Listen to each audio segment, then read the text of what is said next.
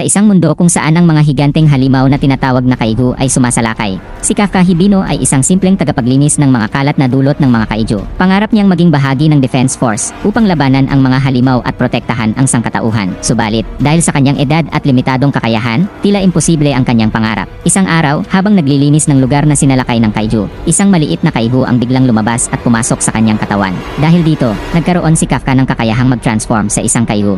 Ngunit nananatili ang kanyang isipan at pagkatao. Tinawag siyang kaiju, no 8 ng mga otoridad. Sa kabila ng panganib na mahuli at ituring na kalaban, ginamit ni Kafka ang kanyang bagong lakas upang tulungan ang Defense Force sa kanilang laban. Nakilala niya si Mina, ang kanyang kababatang pangarap din maging bayani, na ngayon ay isa ng kilalang mandirigma. Pagkasama nilang hinarap ang mga pinakamalalakas na kaiju, at unti-unting napagtanto ni Kafka na may layunin ang kanyang kakaibang kapangyarihan. Sa huli, nagtagumpay si Kafka sa pakikipaglaban at napatunayan niya sa sarili na kahit ordinaryong tao, may kakayahang maging bayani. Ang kanyang kwento ay nagbigay inspirasyon